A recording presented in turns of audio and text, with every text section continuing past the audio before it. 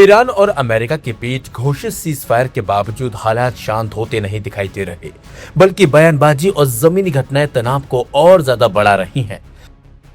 Syed Abbas Araghchi ने साफ साफ शब्दों में अमेरिका को चेतावनी दी है कि उसे तय करना होगा वह सीजफायर चाहता है या फिर इजराइल के जरिए जंग को आगे बढ़ाना चाहता है।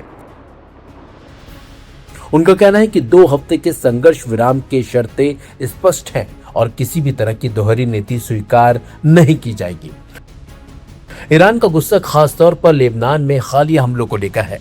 इजराइल ने दावा किया है कि उसने कई ठिकानों पर बड़े सैन्य ऑपरेशन किए, जबकि लेबनान की सिविल डिफेंस के मुताबिक इन हमलों में सैकड़ों लोग मारे गए और हजारों लोग घायल हो गए हैं। ईरान इसे सीजफायर का खुला उल्लंघन मान रहा है। अरागची ने आरोप लगाया है कि अमेरिका अपने सहयोगी को रोकने में नाकाम रहा और दुनिया एक तरह से नरसंहार देख रही है। इस पूरे विवाद में एक अहम पहलू पाकिस्तान की भूमिका भी है। ईरान का दावा है कि उसकी मध्यस्थता में हुए समझौते में लेबनान भी शामिल था, यानी सभी मोर्चों पर हमले रुकने चाहिए थे। लेकिन अमेरिका ने इन दावों को खारिज करते हुए कहा कि यह सीजफायर सिर्फ वॉशिंगटन और तेहरान के बीच है, लेबनान इससे बाहर है। यही मतभेद अब नए तनाव की जड़ बनता जा रहा है। इस बीच अमेरिका ने अपनी रणनीति भी साफ कर दी है। व्हाइट हाउस की ओर से बताया गया है कि उपराष्ट्रपति जेडी वेंस इस्लामाबाद में होने वाली वार्ता में अमेरिकी प्रतिनिधि मंडल का नेतृत्व करेंगे। यह बैठक सीजफायर को स्थायी समझौते में बदलने की दिशा में महत्वपूर्ण मानी जा रही है। हालांकि मौजूदा हालात को देखते हुए इस प्रक्रिया पर भी सवाल उठने लगे हैं। सैन्य मोर्चों पर भी अमेरिका पीछे नहीं है। उसने अपने अभियान ऑपरेशन एपिक फ्यूरी को बड़ी सफलता बताया है। पेंटागन के मुताबिक हजारों लक्ष्यों पर हमले किए गए, जो अमेरिकी सैन्य क्षमता और वैश्विक पहुंच को दर्शाते हैं। वैन केन ने कहा कि इस ऑपरेशन का पैमाना अभूतपूर्व है। हालांकि इस अभियान में अमेरिकी सैनिकों की मौत भी हुई, जिससे घरेलू स्तर पर भी दबाव बना हुआ है।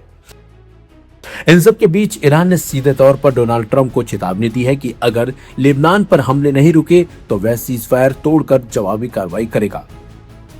यह बयान संकेत देता है कि क्षेत्र एक बड़े टकराव की ओर बढ़ सकता है। कुल मिलाकर सीजफायर के बावजूद हालात बेहद नाजुक बने हुए हैं, जहां एक छोटी चूक भी बड़े युद्ध का कारण अब बन सकती है।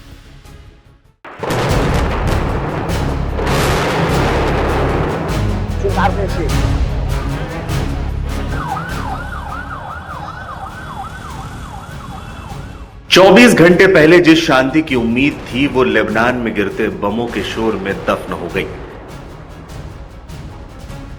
एक तरफ अमेरिका और ईरान के बीच 14 दिनों के सीजफायर का दावा, तो दूसरी तरफ 10 मिनट में 100 ठिकानों पर इजराइल की भीषण strike.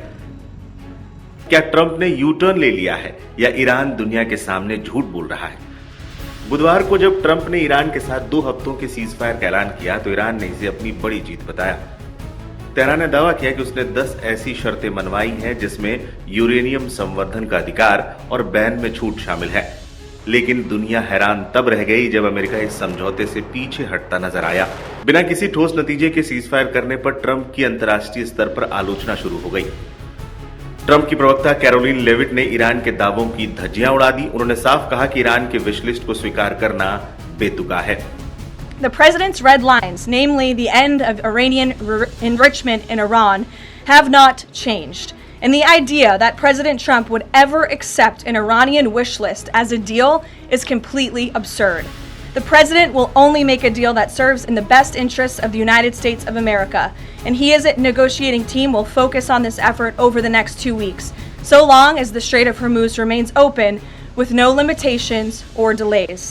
These extraordinarily sensitive and complex negotiations will take place behind closed doors over the course of the next 2 weeks. I would strongly advise the media against running with narratives that have no basis in fact. What Iran says publicly or feeds to all of you in the press is much different than what they communicate to the United States, the president, and his team privately. Never underestimate President Trump's ability to successfully advance America's interests and broker peace. President Trump has a proven track record of achieving good deals on behalf of the United States and the American people, and he will only accept one that puts America first. Lebanon में हमले और America के U turn के बाद Iran के विदेश मंत्री Abbas Araghchi ने पाक प्रधानमंत्री के ट्वीट को हाईलाइट करते हुए लिखा, ईरान अमेरिका सीज फायर की शर्तें साफ हैं। अमेरिका को चुनना होगा कि सीज फायर या इजराइल के जरिए युद्ध जारी रखना। वो दोनों नहीं चुन सकता। दुनिया लेबनान में हो रहे नरसंहार देख रही है। गेंद अमेरिका के पाले में है और दुनिया देख रही है कि वो अपने वादों पर काम करेगा या नहीं।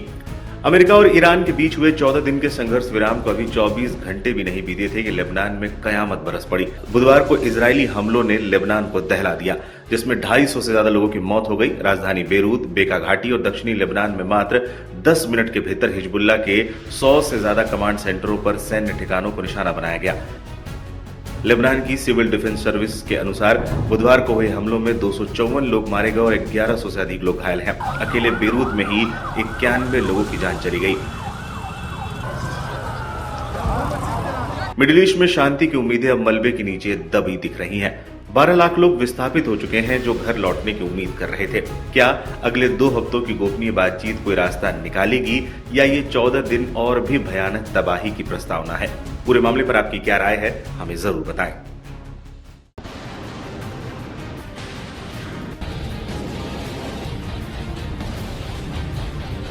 क्या अब समुद्र से गुजरने वाले तेल पर ईरान अपनी चुंगी वसूलेगा? दुनिया की सबसे महत्वपूर्ण समुद्री लाइफलाइन स्ट्रेट ऑफ हॉर्मुज अब ईरान के लिए नोट छापने की मशीन बनने वाली है। मिडिल ईस्ट के तनाव के बीच एक ऐसी खबर आई है जिसने पूरी दुनिया के तेल बाजार में खलबली मचा दी है। क्या है ईरान का मास्टर प्लान? खबरों की माने तो ईरान अब स्ट्रेट ऑफ हॉर्मुज से गुजरने वाले हर तेल टैंकर पर टोल टैक्स वसूलने की तैयारी में है। ये वही रास्ता है जहां से दुनिया का करीब 25% कच्चा तेल और एलएनजी गुजरता है। प्रस्तावित चार्ज $1 प्रति बैरल, संभावित सालाना कमाई 70 से 80 बिलियन डॉलर। भारतीय रुपयों में ये करीब 6.43 लाख करोड़ से 7.4 लाख करोड़ के बीच है। तेल बेचने से ज्यादा टोल से कमाई। हैरान करने वाली बात यह है कि ईरान को इस टोल से होने वाली कमाई उसके खुद के तेल निर्यात से भी कहीं ज्यादा हो सकती है। ईरान को तेल से होने वाली कमाई के बारे में बात करें तो 2023 की कमाई 41.1 बिलियन डॉलर, 2024 में कमाई 46.7 बिलियन डॉलर और 2026 का हाल यह है कि रोजाना की इनकम 139 मिलियन डॉलर तक पहुंच गई है। ईरान फिलहाल 1.6 मिलियन बैरल तेल रोजाना एक्सपोर्ट कर रहा है।